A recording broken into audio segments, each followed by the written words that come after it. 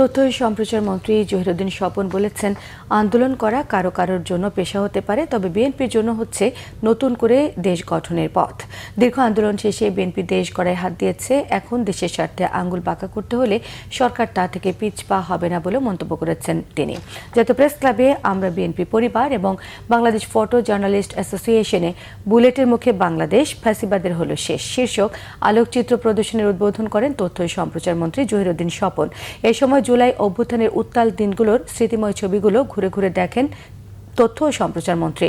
প্রধানমন্ত্রীর অতিরিক্ত প্রেস সচিব আতিক রহমান রোমন এই সময় উপস্থিত ছিলেন। পরে আলোচনা সভায় তথ্য ও সম্প্রচার মন্ত্রী জানান, বেগম জিয়ার নেতৃত্বের আন্দোলনে যে শিশু কিশোরটি উদ্বেলিত হয়েছিল তারাই জুলাই আন্দোলনে সামনে থেকে নেতৃত্ব দিয়েছে। জহিরুদ্দিন স্বপন বলেছেন, পার্লামেন্টের থেকে রাজপথকে কেউ কেউ বেশি পছন্দ করছে। অনেকে মনে করে তারেক রহমানের সরকার এগুলো বোঝে না।